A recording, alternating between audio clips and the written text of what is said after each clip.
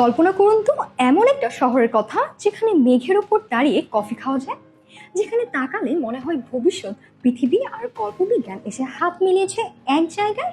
হ্যাঁ, সত্যি শুনছেন, বলছি চীনের অর্থনৈতিক হৃৎপিণ্ড সাংহাই শহরের পুরং এলাকার লুজিয়াজুই স্কাইলাইন নিয়ে। আর এই স্কাইলাইনের ঠিক মাঝখানে বুক চিতিয়ে দাঁড়িয়ে আছে তিনটি দানবীয় স্থাপত্য, যাদের একত্রে বলা হয় সাংহাইয়ের বিস্ময়ত্রয়ী বা দ্য ট্রিও। এই তিন টাওয়ার শুধু চীনের অর্থনৈতিক শক্তির প্রতীকী হয়ে ওঠেনি, বরং হয়ে উঠেছে আধুনিক প্রকৌশল বিদ্যার একটি জীবন্ত ইতিহাস। শুরুটা 1993 সালে। একবিংশ শতাব্দীতে পা রাখার ঠিক আগ মুহূর্তে চীন বিশ্বকে তার সক্ষমতার জানান দিতে তৈরি করল 420.5 মিটারের জিনমাই টাওয়ার। তবে চীনারা কিন্তু আধুনিক হতে গিয়ে তাদের হাজার বছরের ঐতিহ্যকে ভুলে যায়নি। এই ভবনটির দিকে তাকালে আপনার মনে হবে এটি যেন একটি বিশালাকার আধুনিক প্যাগোডা। এখানেই শেষ নয়, চীনা সংস্কৃতিতে 8 সংখ্যাটিকে ধরা হয় চরম সৌভাগ্যের প্রতীক। আর তাই এই জিনমাই টাওয়ারের তলার সংখ্যা ঠিক 88টি। এমনকি এর মূল কাঠামোটি একটি অষ্টভুজাকার আকৃতির উপর দাঁড়িয়ে আছে। এর ভেতর রয়েছে বিশ্বের অন্যতম উঁচু হোটেল গ্র্যান্ড হায়াত, যার ভেতরে ফাঁকা অলিন্দ বা অ্যান্ট্রিয়া মোটের দিকে নিচ থেকে তাকালে মাথা ঘুরে যেতে বাধ্য। এটি মূলত ঐতিহ্য আর আধুনিকতার এক অপূর্ব মেলবন্ধন।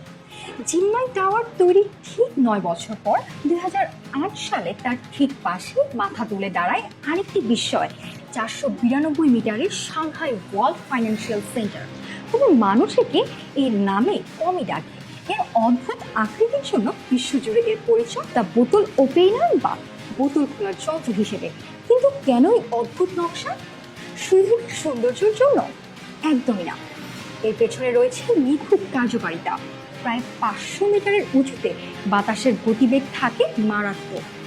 এই তীব্র বাতাসের ধাক্কায় ভবনটি যেন ভেঙে বা মচকে না যায়, সেজন্য এর চূড়ায় এই বিশাল চতুর্ভুজাকার ফাঁকা অংশটি রাখা হয়েছে, যা বাতাসকে অনায়াসে এর ভেতর দিয়ে পার হতে যেতে দেয়। এর 100তম তলায় রয়েছে একটি কাচের তৈরি অবজারভেশন ডেক, যেখানে হাঁটলে মনে হবে আপনি আক্ষরিক অর্থে মেঘের ওপর দিয়ে হাঁটছেন। এবার আসা যাক এই ত্রয়ীর মুকুটহীন সম্রাটের কাছে। 2015 সালে যখন 632 মিটারের সাংহাই টাওয়ার তার নির্মাণ কাজ শেষ করে, তখন তা পুরো পৃথিবীর স্থাপত্যের সংজ্ঞা বদলে দেয়। এটি বর্তমানে চীনের সবচেয়ে উঁচু এবং বিশ্বের তৃতীয় সর্বোচ্চ ভবন। কিন্তু আসল সৌন্দর্য লুকিয়ে আছে এর কার্যকারিতায়। সাংহাই এমন একটি অঞ্চল যেখানে প্রায় শক্তিশালী টাইফুন বা সামুদ্রিক ঝড় আঘাত হানে।